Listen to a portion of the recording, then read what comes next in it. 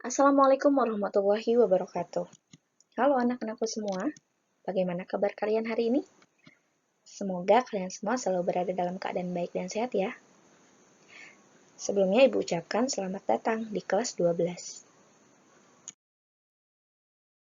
Pada pertemuan pertama kita kali ini, Ibu akan membahas materi tentang 3.1 yaitu memahami berbagai jenis dan faktor-faktor perubahan sosial serta akibat yang ditimbulkannya dalam kehidupan masyarakat. Dan 4.1 yaitu menalar berdasarkan pemahaman dari pengamatan dan diskusi tentang perubahan sosial dan akibat yang ditimbulkannya. Bagaimana? Sudah siap? Silakan kalian persiapkan alat tulisnya ya. Yuk kita mulai.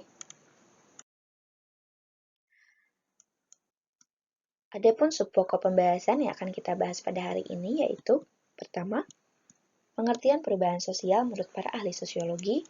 Kedua, faktor penyebab terjadinya perubahan sosial menurut Martono serta Setiadi dan Kolib. Yang ketiga, teori perubahan sosial menurut para ahli sosiologi.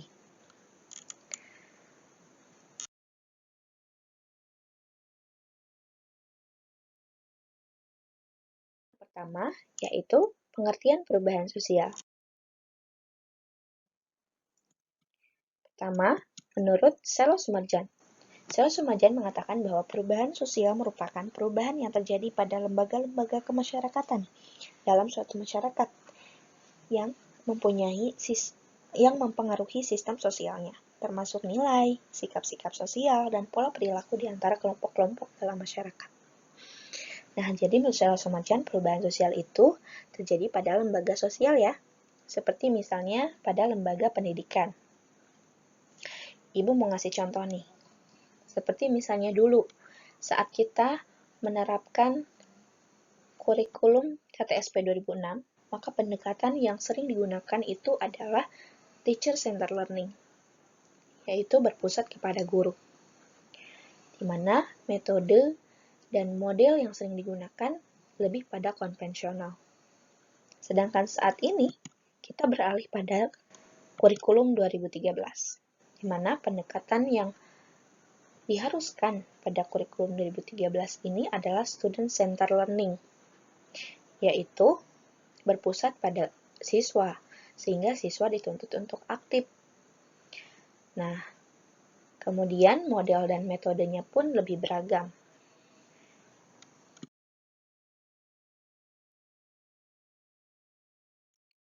Kedua, menurut Kingsley Davis.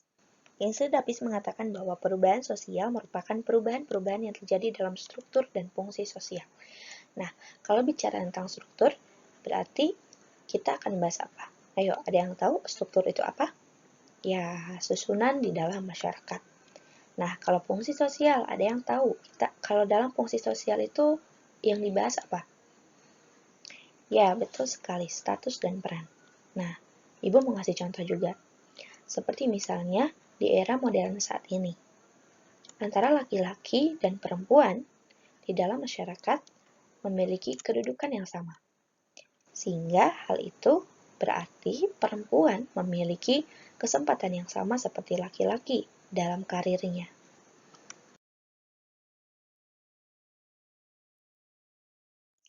Yang ketiga, menurut McEver. McEver mengatakan bahwa perubahan sosial adalah perubahan yang terjadi dalam hubungan atau perubahan terhadap keseimbangan hubungan sosial. Nah, maksudnya di sini berarti ada sesuatu hal yang mengganggu hubungan dan keseimbangan sosial di masyarakat. Di mana suatu hal yang mengganggu ini dapat dikatakan suatu pertentangan atau konflik yang menimbulkan ketidakseimbangan. Seperti contoh, misalnya pertentangan antara Gojek versus ojek, di mana ojek pangkalan merasa dirugikan dengan adanya Gojek. Sehingga ojek pangkalan itu merasa banyak penumpangnya yang lari ke Gojek karena perbedaan di antara keduanya, yaitu ojek pangkalan lebih sistem promosinya hanya menggunakan papan, kemudian tarif yang digunakan tarif tawar-menawar, sedangkan Gojek lebih modern, yaitu menggunakan aplikasi smartphone. Kemudian tarifnya juga disesuaikan dengan jarak, jauh dan dekat. Nah, sehingga dengan adanya Gojek ini, ojek pangkalan merasa dirugikan. Untuk itu, mereka melakukan pertentangan, sehingga terjadi keributan antara ojek versus Gojek. Yang keempat, menurut William F. Aubrun, yang mengatakan bahwa perubahan sosial merupakan perubahan yang mencakup unsur-unsur kebudayaan, baik material maupun imaterial. Material di sini berarti suatu hal yang berwujud, sedangkan imaterial berarti suatu hal yang tidak berwujud, di mana keduanya menekankan adanya pengaruh besar dari unsur-unsur kebudayaan material terhadap unsur-unsur imaterial. Contohnya, seperti pengaruh teknologi terhadap pola pikir dan pola perilaku manusia. Dapat dilihat pada gambar berikut ini. Nah, pada gambar tersebut terlihat ya bahwa mereka lebih asik dengan smartphone-nya dibandingkan dengan melakukan interaksi sosial. Dengan begitu berarti telah terjadi perubahan, yaitu perubahan pola pikir dan perilaku mereka, sehingga mereka lebih memilih untuk asik dengan gadgetnya, smartphone-nya, dibandingkan melakukan interaksi sosial. Yang kedua, itu dampak negatifnya ya. Nah, dampak positifnya dapat dilihat ya, bahwa teknologi ini dapat membuat seluruh informasi di belahan dunia itu menjadi lebih mudah untuk didapatkan.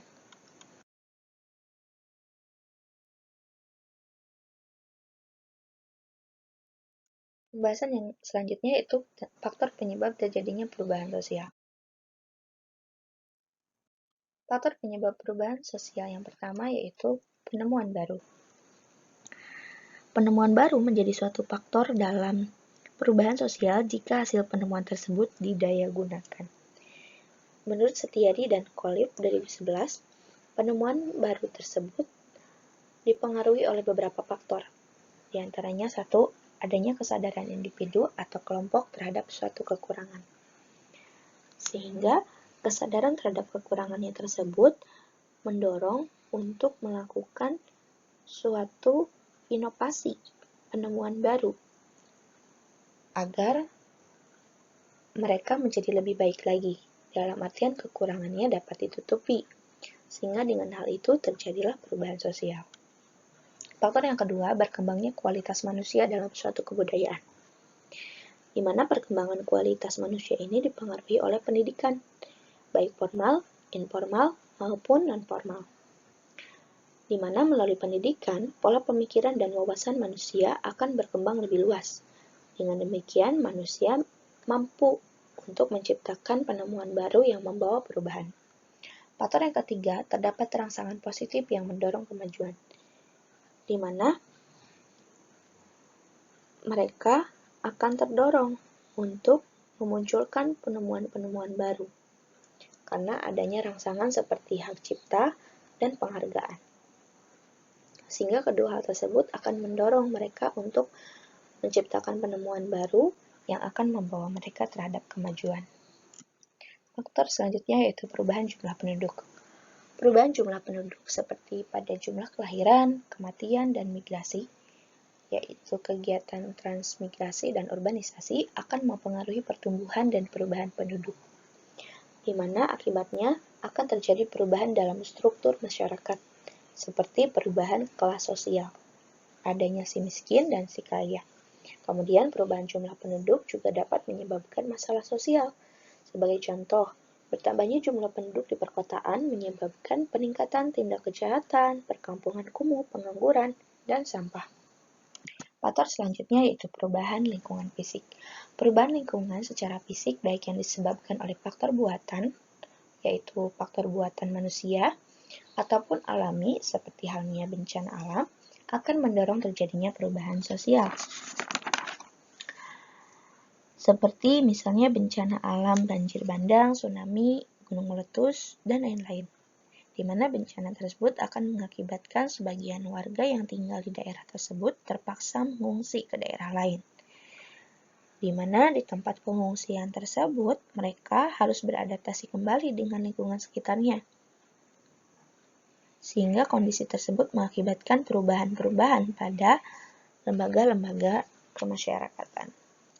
Faktor selanjutnya yaitu perubahan lembaga sosial. Lembaga sosial dapat berubah sesuai perkembangan zaman, sehingga hal itu cenderung akan merubah kehidupan sosial serta pola perilaku masyarakat.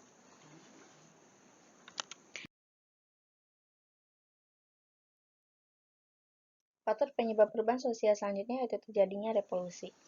Pemberontakan atau revolusi dapat mengubah struktur sosial yang telah dibangun oleh masyarakat. Oleh karena itu, revolusi ini dapat menyebabkan perubahan sosial dalam skala luas. Di mana revolusi ini dapat dikatakan suatu perubahan yang berlangsung secara cepat, karena adanya dorongan-dorongan dari situasi dan sistem yang sudah tidak dapat dipertahankan lagi. Faktor penggerak revolusi adalah keinginan masyarakat itu sendiri, yang menghendaki tatanan baru karena menganggap sistem lama sudah tidak sesuai dengan harapan mereka. Faktor selanjutnya yaitu pertentangan dalam masyarakat. Pertentangan atau konflik dalam kehidupan manusia terjadi sebagai konsekuensi terhadap jalinan hubungan sosial yang diakibatkan oleh perbedaan kepentingan, seperti misalnya perbedaan ciri-ciri fisik, kemudian perbedaan pendapat, perbedaan status sosial ekonomi, kemudian perbedaan suku bangsa, perbedaan ras, perbedaan agama, dan lain-lain.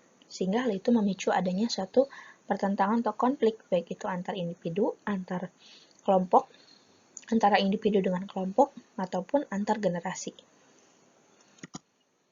Kemudian, faktor selanjutnya masuknya kebudayaan lain. Masuknya kebudayaan lain dapat terjadi melalui kontak kebudayaan secara tidak langsung sehingga cenderung menimbulkan proses saling mempengaruhi. Selain kontak kebudayaan, masuknya kebudayaan lain ini juga dapat terjadi akibat adanya hubungan primer.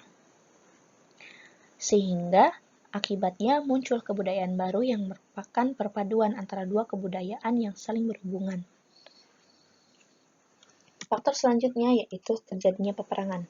Peperangan yang terjadi baik antara masyarakat atau negara yang satu dengan yang lain dapat mengubah struktur sosial budaya, di mana masyarakat akan merasa kehidupannya penuh ketakutan. Kemudian harta bendanya menjadi hancur, kemudian menimbulkan kemiskinan, dan tidak menutup kemungkinan menelan banyak korban jiwa. Akibatnya, struktur masyarakat pun mengalami perubahan.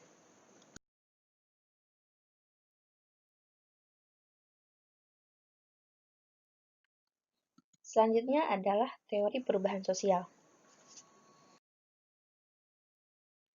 Yang pertama, teori siklus. Menurut teori siklus, perubahan sosial merupakan sesuatu yang tidak bisa direncanakan atau diarahkan ke suatu titik tertentu karena sifatnya yang bersiklus, artinya berputar melingkar. Sehingga pandangan teori siklus ini menganggap bahwa perubahan sosial itu sebagai suatu hal yang berulang-ulang, di mana apa yang terjadi sekarang akan memiliki kesamaan atau kemiripan dengan apa yang telah terjadi di masa lalu. Di mana di dalam pola perubahan ini tidak ada proses perubahan masyarakat secara bertahap gitu ya, sehingga batas-batas antara pola hidup primitif ke tradisional dan ke modern itu dapat dikatakan tidak jelas. Perubahan siklus merupakan pola perubahan yang menyerupai spiral, seperti gambar berikut ya, dapat kalian lihat. Berputar-putar kan?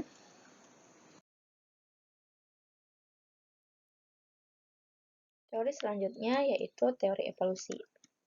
Menurut teori evolusi, perubahan sosial dalam masyarakat terjadi secara perlahan-lahan, mengikuti arah tahapannya, dimulai pada tahap primitif, kemudian ke tradisional, sampai ke modern.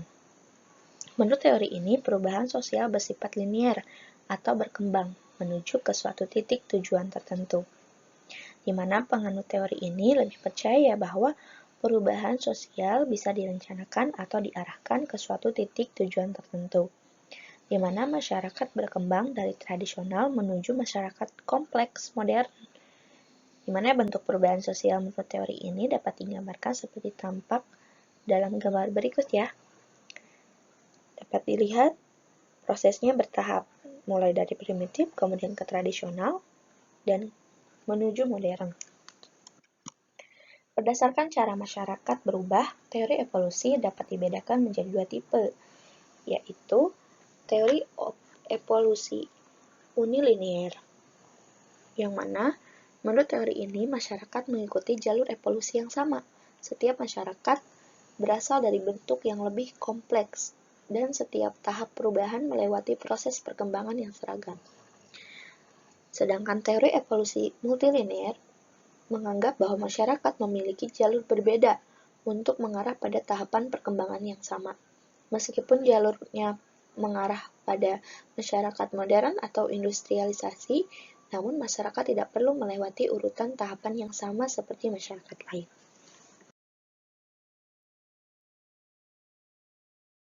Teori yang ketiga yaitu teori konflik. Menurut teori konflik, perubahan terjadi akibat adanya pertentangan kelas antara kelompok penguasa dengan kelompok yang tertindas, sehingga hal itu dapat mengubah sistem sosial.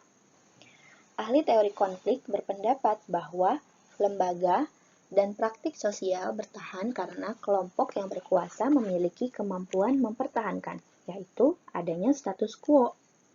Perubahan memiliki makna penting karena diperlukan untuk memperbaiki ketidakadilan dan ketimpangan sosial, di mana ketidakadilan dan ketimpangan sosial ini menyebabkan terjadinya pertentangan antar kelas sosial, sehingga muncul istilah perjuangan kelas. Contohnya seperti adanya demonstrasi. Pernahkah kalian melihat aksi demonstrasi? Demonstrasi ini merupakan bentuk gerakan untuk melakukan perubahan sosial, di mana gerakan tersebut dapat disebabkan oleh konflik, seperti misalnya antara buruh dan pengusaha. Melalui demonstrasi, seperti misalnya pada gambar tersebut ya, kaum buruh berharap ada perubahan nasib dalam kehidupan mereka. Kondisi ini menunjukkan bahwa perubahan sosial dapat dikaji dengan menggunakan teori konflik.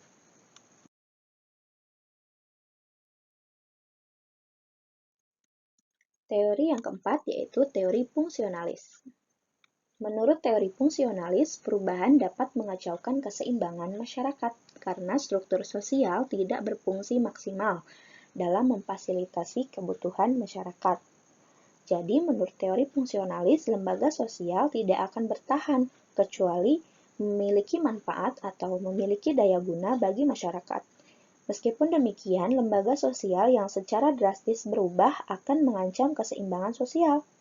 Sebagai contoh, misalnya terjadinya revolusi industri, yang secara drastis mengancam keseimbangan sosial karena adanya pergantian tenaga kerja manusia ke tenaga kerja mesin. Bagaimana? Apa kalian sudah paham? Atau ada yang ingin ditanyakan? Jika ada yang ingin ditanyakan, silakan kalian hubungi Ibu via WhatsApp ya. Baik, kesimpulan pada pertemuan kita pada hari ini yaitu perubahan sosial merupakan perubahan yang terjadi pada lembaga sosial, struktur sosial, fungsi sosial, hubungan sosial, keseimbangan sosial, dan kebudayaan. Kemudian, faktor yang menyebabkan terjadinya perubahan sosial sebenarnya dapat dibedakan ya, yaitu ada faktor internal dan ada faktor eksternal. Di antaranya, faktor internal itu ada penemuan baru, perubahan jumlah penduduk, perubahan lembaga sosial, terjadinya revolusi, dan pertentangan dalam masyarakat. Sedangkan faktor eksternal atau faktor dari luarnya yaitu seperti perubahan lingkungan fisik, masuknya kebudayaan lain, dan peperangan. Kemudian, teori perubahan sosial itu diantaranya ada teori siklus, teori evolusi, teori konflik, dan teori fungsionalitas. Nah, ada tugas individu nih. Agar kalian lebih memahami materi ini, coba kalian melakukan review dengan menjawab pertanyaan berikut ini. Pertama, mengapa kehidupan sosial masyarakat selalu mengalami perubahan sosial?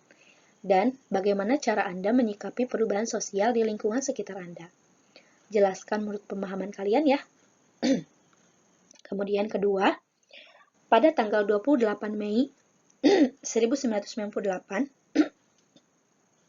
bangsa Indonesia mengalami perubahan pemerintahan dari Orde Baru ke Reformasi. Perubahan pemerintahan pada periode tersebut menyebabkan perubahan sosial dalam masyarakat. Coba kalian jelaskan faktor penyebab terjadinya perubahan sosial pada periode tersebut. Kan tadi sudah Ibu jelaskan ya, 8 faktor penyebab terjadinya perubahan sosial. Nah, pada kasus ini, faktor apa yang menyebabkannya? Nah, tugas individu ini Ibu jadikan sebagai bukti atas kehadiran kalian pada pertemuan kali ini. Untuk itu, kerjakan ya. Batas pengumpulannya, Ibu tunggu sampai pukul 12. Tidak boleh lebih ya.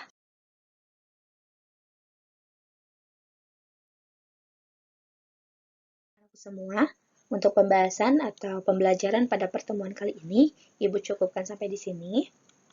Ibu ucapkan terima kasih atas perhatiannya. Sampai jumpa di hari yang sama, di tanggal yang berbeda. Wassalamualaikum warahmatullahi wabarakatuh.